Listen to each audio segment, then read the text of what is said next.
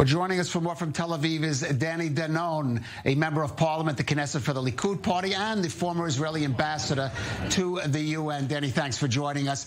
Certainly, there's plenty of diplomatic sound and fury over the Ben-Gvir visit, but how significant or not is this blowback?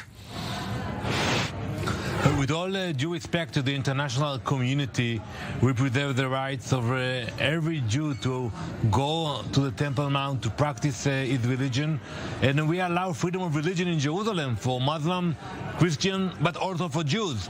So I'm not worried about that. I think we expected to see the calls coming from the UN and other international organizations, but at the end of the day, we will continue to allow Jews to practice their religion by attending the Temple Mount. Right. Well, you mentioned the UN, and of course you have a lot of experience in that realm. Let's talk about the UN Security Council has confirmed Thursday it is going to take up this issue. There may be a resolution on the table condemning Israel for this. How should Israel react, and how should it be asking its allies, I guess particularly the U.S., to react to what goes on in the UN? Well, I think we should expect that there will be a discussion. I believe that there will be no outcome, no resolution out of the discussion. And I believe that the U.S. should, stand with Israel. When you speak about freedom of religion, it's not only for Muslims, it's also for Christians and Jews. So I don't expect that there will be any resolution coming from the Security Council. Right. Now, you talked about freedom of religion on the Temple Mount, but Prime Minister Netanyahu has said that he wants to maintain the status quo. And the general status quo usually is interpreted, even if Jews can visit there, they don't hold open prayers. Or is that a policy that you think this current government, this new government, should look at, should revise, even in the fact that some of Israel's allies may see it as a provocation? So I think first we have to make sure that the status quo continues, because what we see in the last years that every day the Waqf and other organizations are trying to push us out of the mountain. They're attacking Jews who are coming to visit the site, attacking tourists who want to visit the site.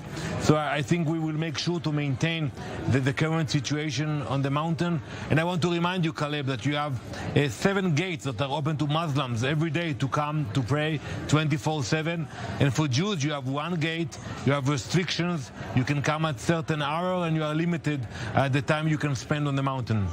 Right, but what about within your own coalition? There are those, and Itamar Ben-Gvir in the past has been one, who do want to see those restrictions. You just described those restrictions, to want to see them lifted, or at least greater allowance for Jews to pray or observe in some manner on the Temple Mount.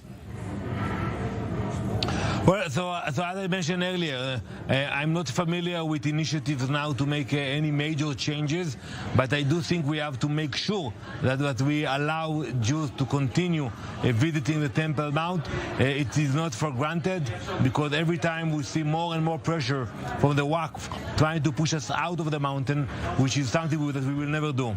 Right. Now, Denny, you certainly have plenty of experience in the United Nations dealing with countries that, for example, those that joined the Abraham Accords, like the UAE, reports that they did cancel, or at least let me correct myself, postpone the visit of Benjamin Netanyahu. They were initiators of this discussion at the UN.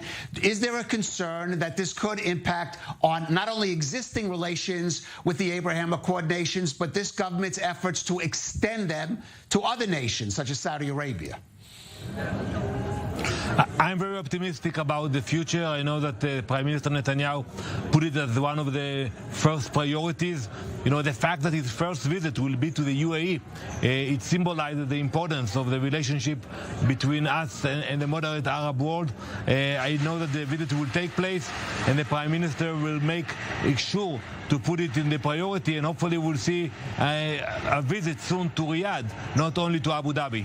Right. Let me broaden it beyond the Temple Mount to the issues in the West Bank, or Judea and Samaria. You have been in the past an advocate of increased Israeli or Jewish settlement in the West Bank, again concerned that there could be blowback from the international community, from Israel's Arab allies over that.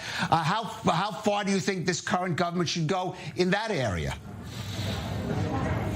Well, I think we saw in the past that people are trying to scare us from taking bold decisions. The same happened when the U.S. decided to move its embassy to Jerusalem, and with other decisions. We will continue to support the communities in Judea and Samaria. I think it is legitimate. We have full support from the public in Israel to do that. And we know that the problem today is not about the communities in Judea and Samaria. It's about the Palestinians who are inciting and provoking terror attacks against Israelis. All right, Likud Knesset member Danny Danon, former Israeli ambassador to the UN. Thank you for joining us on I-24 News.